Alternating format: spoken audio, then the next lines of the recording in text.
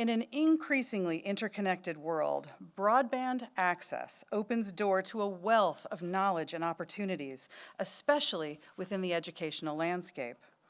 The Affordable Connectivity Program helps to bridge the digital divide by ensuring that every student, especially our Pell Grant students who are eligible for the program, has the chance to thrive academically and to fulfill their potential, making this program even more important to the students we serve right here on our campus. I am grateful to the state of Maryland and the FCC for making this training and program available to our community here on the Eastern Shore. So thank you all for being with us. It is now my sincere pleasure to introduce Salisbury native and good friend to SU, Maryland Secretary of Housing and Community Development, Jake Day.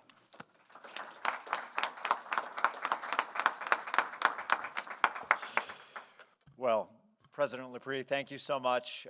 Thank you for having us here. Thank you for having me on campus about 250 feet from my home, I think. I'm embarrassed to admit that I drove over, but only because of the packed agenda we have after this. Congratulations on the start of another great academic year here at Salisbury University. I really can't imagine a better treat than being here in my hometown with you and with America's greatest governor, our Governor, Wes Moore.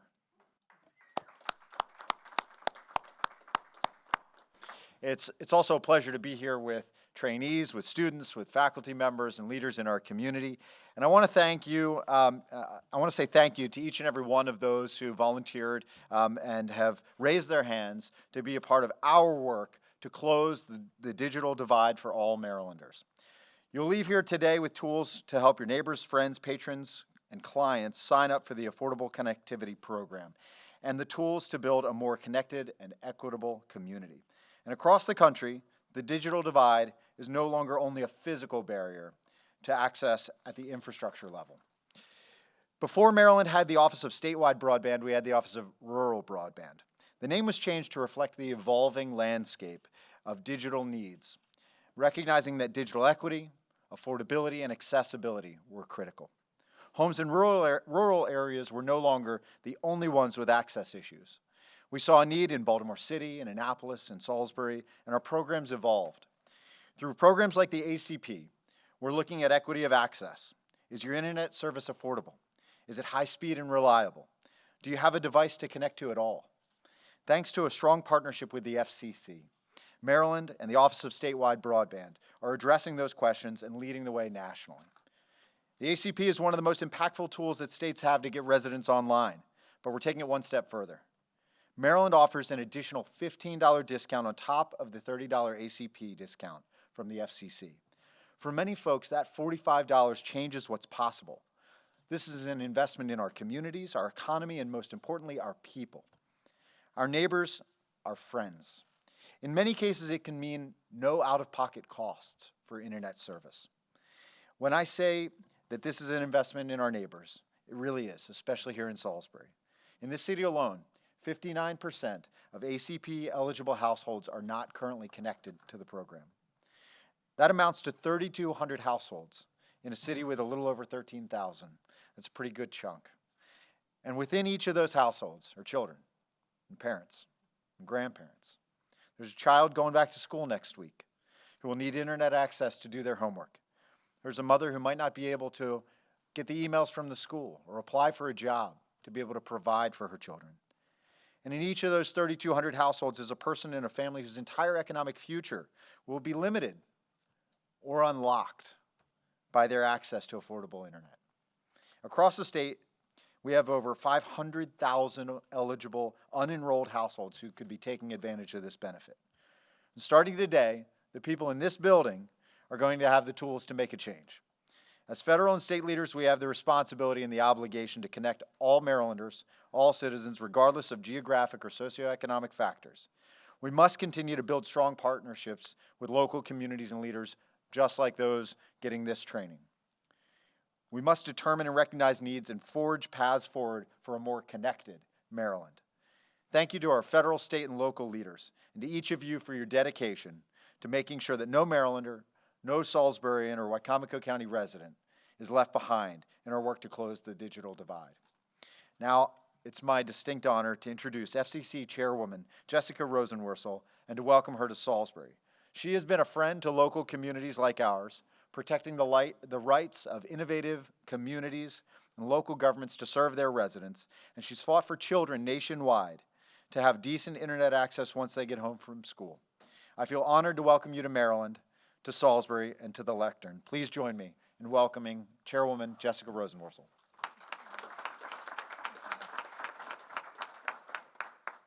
Thank you so much. It is terrific to be here in Salisbury, and it's terrific to see so much energy directed to closing our nation's digital divide. Now, there was a time not that long ago when we talked about broadband, and we treated it as nice to have, but it's need to have for everyone, everywhere. You know, the pandemic changed us because it put right out in the open the digital divide. We all saw kids sitting at fast food restaurants with laptops perched on their knees because they didn't want to be locked out of online class, and yet they didn't have the ability to go online at home. We saw cars parked in parking lots in front of libraries where people were trying to keep up with family, friends, and their coworkers because they didn't have broadband at home. And we all know some people who couldn't quite take that telemedicine appointment, figure out how to get it work, or have the bandwidth they needed to be able to keep up with their health care. And I think the thing is, it doesn't have to be that way in the United States. We should be able to reach 100% of the people in this country. And we can do it. And the good news is we have more programs in Washington to make that possible than ever before. My colleagues at the Department of Commerce are running big programs to make sure broadband reaches parts of this state and every other state where there isn't infrastructure. So that means down long roads in the Eastern Shore and up mountains and hills in Western Maryland. But there's another part of the digital divide, and that's affordability. And we now have programs to address that too. And at the FCC, we are now running the nation's largest broadband affordability effort ever. It's called the Affordable Connectivity Program, and because in Washington we abbreviate everything, we call it the ACP. ACP is helping 20 million households get online and stay online. We've been able to grow this program that far because we've worked with local communities like the one here, like what we're doing today, to make sure you get the word out and tell people about this program. Let them know if they have a Pell Grant, a child at home who is on the free and reduced lunch program, or someone they know who relies on SNAP or Medicaid, that they're eligible for this program. We can help support their monthly broadband bill. We can help them get online and stay online. I think that's a really profound difference in the lives of people in that household, because you don't have a fair shot at success today without getting online, without staying online, and ACP can help everyone do it. Now, the thing is, if it sounds like a lot of change to say reach 100% of us, I just want to say we are going to be able to do it. We're going to be able to do it here in Maryland. We're going to be able to do it in every state across the country because we are making it a priority like never before. That's why you're here. And you know, change sometimes comes slow, but we have the first African-American governor of the state of Maryland. And I'm standing before you as the first woman to ever lead the Federal Communications Commission in U.S. history. But I don't want to take that long. So I want to be able to work with all of you and let you know that the FCC will partner with all of you to get the word out about ACP so we can reach 100% of us and close the digital divide. Now, it is my great pleasure to introduce Governor Wes Moore, the mayor of the great state of Maryland.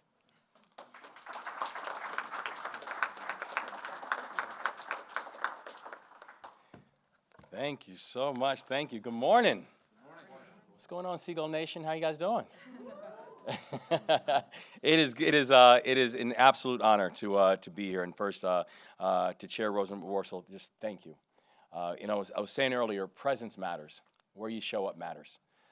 And things don't happen by accident. Progress does not happen by accident. Progress happens because we're intentional about it. Things do not happen. Things are made to happen. And when we're talking about being able to make sure that everybody is seen, everybody is online, and that everyone can get access through the ACP, that does not happen because of an accident. It doesn't happen just because of time. It happens because it is pushed. And so we are grateful for your leadership and grateful that you are the one continuing to push us to be better and to be more inclusive in the way we talk about access for all people. And we're happy that you're here in Maryland to be able to kick things off. And I got to tell you, I could not be more thankful to have partners in this work, partners in the work like President LaPree and Secretary Day, who, these are people who have repeatedly just raised their hands to serve, even when they didn't have to. I know when when I'm thinking about the partners that we have in this work, partners like President LaPree, who 25% of the student body here at SU is Pell eligible. So when we're talking about the people who are going to benefit from this type of initiative, we don't have to look any further than this campus. Because oftentimes when people think about, higher education, they're fine. Well, they're fine if we make it so. And your leadership and having it here and being here with you, it means the world, and it's wonderful being back on your remarkable campus. And Secretary Day, who I have admired his leadership for a very long time, so much to the point that I said, listen, I know you love Salisbury, but the whole state needs you right now. And so I want to thank you for raising your hand to serve as our Secretary of Housing and Community Development, which this initiative, the Office of Statewide Broadband, actually falls within HCD. So we're thankful for the leadership that we see with statewide broadband, and we're thankful for the progress that we are going to get done together. This matters. And when we talk about leave no one behind, this is exactly what that looks like. Making sure that the only prerequisite that anyone should have in our state to be able to achieve success is be a Marylander. That's it. Everyone needs to be seen and heard. And so when we're talking about the importance of being able to get everyone online and why it matters, we just came from the training where we have people who are training up to get more people access and get more people online. You know, the amazing thing about that training room that we saw is that for each and every person who was in that room, they already have high-speed internet. This is not a challenge for them, but they're spending their days and they're spending their time to make sure that it's not a challenge for anybody. If we are going to win and if we become the state that serves, we are going to win as a state. And this will be Maryland's decade. But we're going to do it because we have to be a state that cares for one another, that takes care of one another, that leads and serves, and a state that understands the virtue of what it is that we're talking about, because it's exactly right.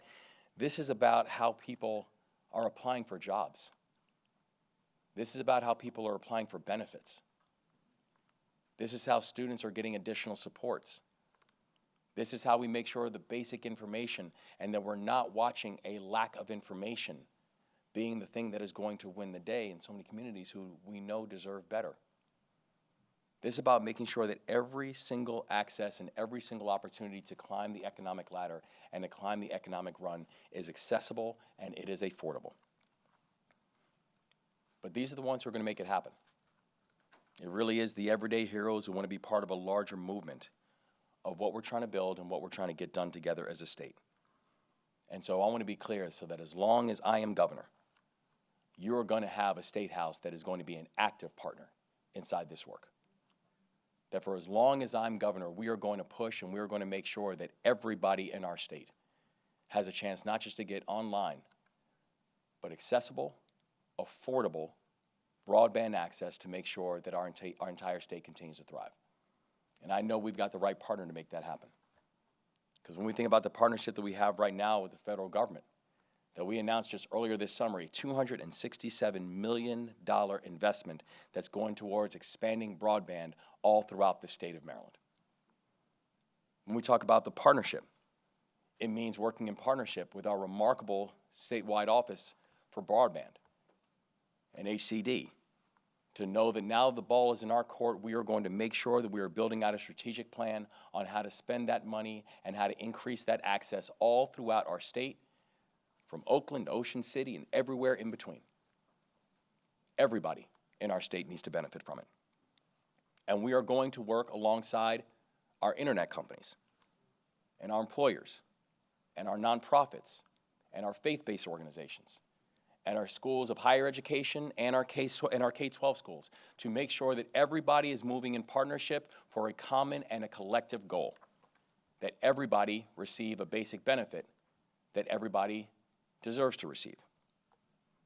Access to the internet means the student from West Baltimore or the student from Wacomico. And it knows that we're willing to invest in their education and invest in their future.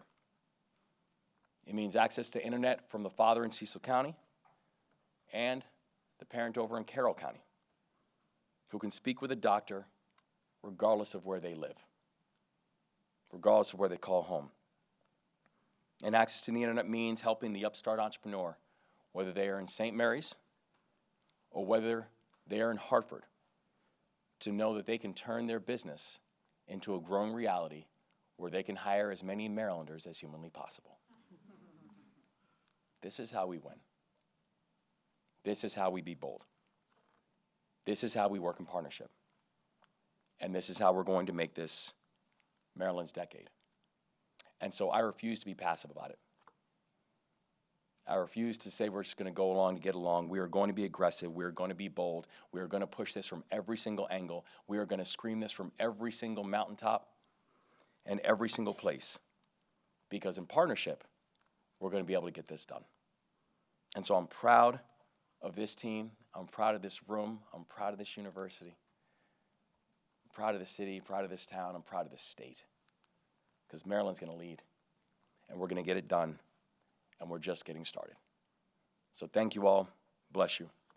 And we are so thrilled to get to work. Thank you again.